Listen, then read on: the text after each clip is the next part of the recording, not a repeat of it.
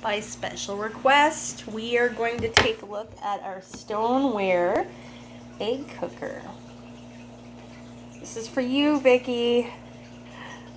Okay, so I'm gonna make my favorite, a fried egg, and you can also make scrambled or poached. But I'll share the instructions with you at the end. But to start, we're just gonna put a tiny little bit of butter. Oops. A little bit of butter in there, just in each well. See if you can see that. And we'll do the same with the other well. Just a little bit of butter, and I'll show you what we're going to do with that in just a second. I'm going to pop that into the microwave for 30 seconds just to melt it. Probably won't even take 30 seconds. Okay, that took about 15 seconds. Oops.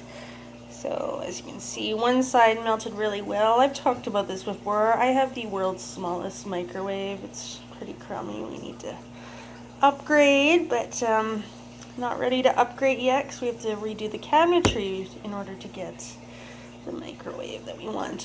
Using our silicone basting brush. This is amazing. It has a little hook on it, so you can actually hook it onto a bowl when you're done using it. Okay, so I just brushed the butter all around just to lightly grease it. And now I'm going to break an egg directly into the well. You can do 1 to 2 eggs per well. Just 1,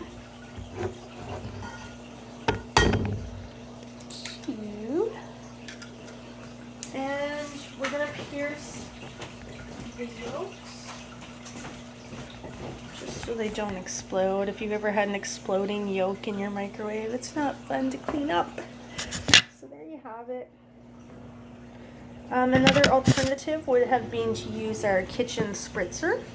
If you don't have the kitchen spritzer already, it's pretty amazing. So we just pump up and down to get some force going, and then just give it a spray.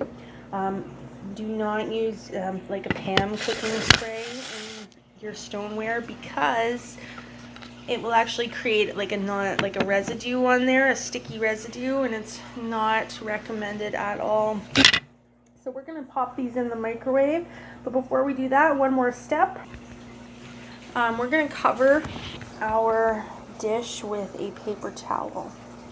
Okay, so that's just in case, anything happens in the microwave to our eggs, that we don't have a huge mess to clean up. Alternatively, we could use one of our silicone covers, or our pot, our boil over no more.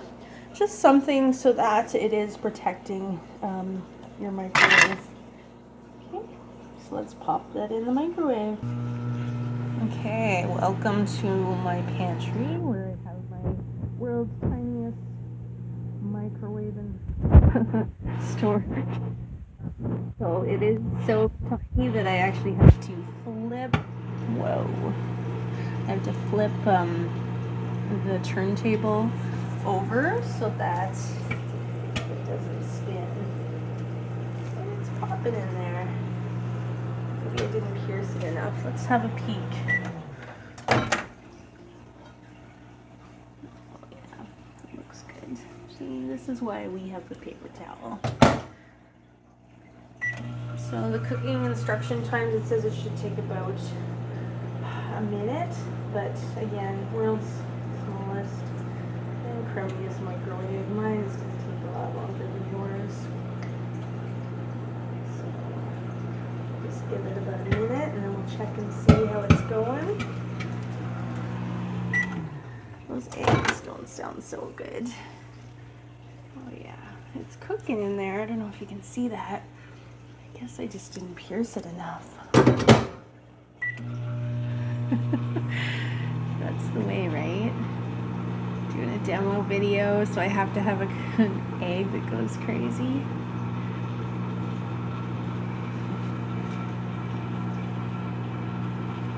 Okay, I'm gonna flip it. I should have flipped it when I opened it last. Soup, soup, soup.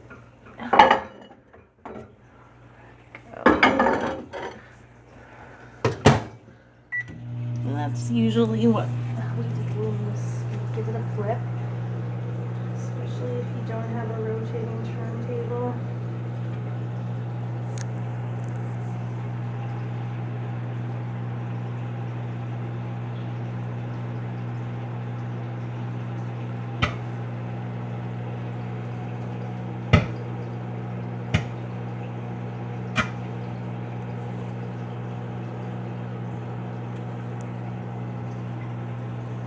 And that should do it. Let's check it out. Okay, I'm going to just show you, these are microwave grips. If you don't have those already, they're pretty awesome. So you're not pulling out the ginormous oven mitts. Oh yeah, that looks good.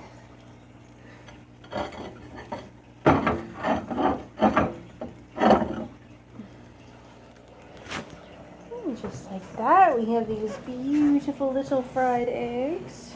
And I'll just get a spoon and I'll show you.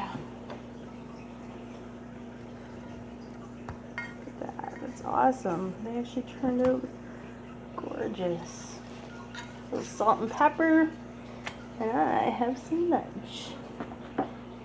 So clean up. We're gonna let this cool. It's kind of hot to the touch. We'll let it cool, and then we'll rinse it with really hot water, and maybe if you have any stuck-on bits, some baking soda. That's it, my friends. Happy poaching.